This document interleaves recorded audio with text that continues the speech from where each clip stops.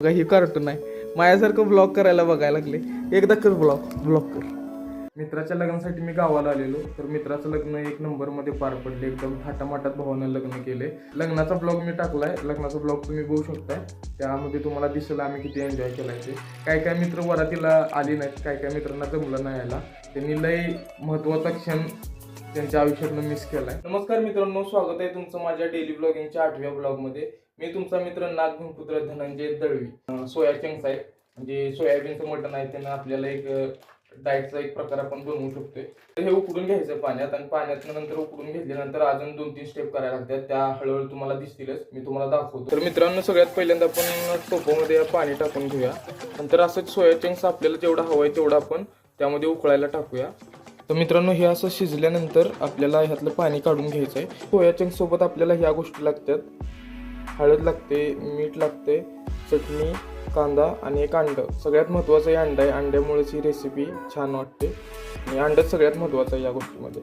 So आता आपण हे पातेलं ठेवले याच्यावरती, आणि यामध्ये आता तेल वगैरे टाकून आपण ही रेसिपी बनवायला चालू करूया. मित्रांनो, सगळ्यात पहिल्यांदा आपल्याला तेल घ्यायचं आहे. आता यामध्ये मी कांदा टाकतो. यामध्ये आपल्याला आता मीठ टाकून घ्यायचं आहे, नंतर थोडीशी हळद आणि नंतर थोडीशी चटणी. हे अशा प्रकारे असं परतवून घ्यायचं आहे. आणि आता नंतर मित्रांनो आपल्याला यात सोया चंक्स ॲड करून घ्यायचं आहे, आणि हे असं आपल्याला सगळं परतवून घ्यायचं आहे. हे फास्टमध्ये परतवून घेतो. सगळ्यात महत्त्वाची गोष्ट मित्रांनो, अंडा आपल्याला यात सोडून घ्यायचा. तर मित्रांनो, या प्रकारे आपली डाएट बनवून झाली. आता ह्याला ताटात वगैरे घ्यायची काही गरज नाही, याच पातेल्यात आपण खाऊन टाकूया ह्याला.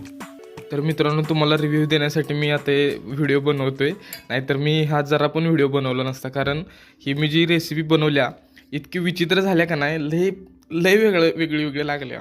एक अशी उलट्या आल्या व्हायला लागल्या मला. मम्मीलाही समजलं की लय मम्मी ओरडणार आहे, त्याच्यामुळे आता हे व्यवस्थित आता कुठंतरी ठेवतो आणि मी जेवतो गपवानी. तर मित्रांनो, आपण जी रेसिपी बनवलेली ती सगळीच्या सगळी गंडल्या.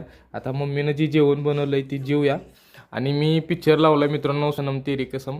मला छान वाटतोय, माझा आज मूड झाला बघायचा, आणि त्यात घरात पण आहे, फ्री टाईम आहे. त्याच्यामुळे म्हटलं पिक्चर बघत मम्मीनं जेवण बनवलेलं जेवण एन्जॉय करूया, आणि मस्तपैकी पिक्चरचा पण आनंद घेऊया.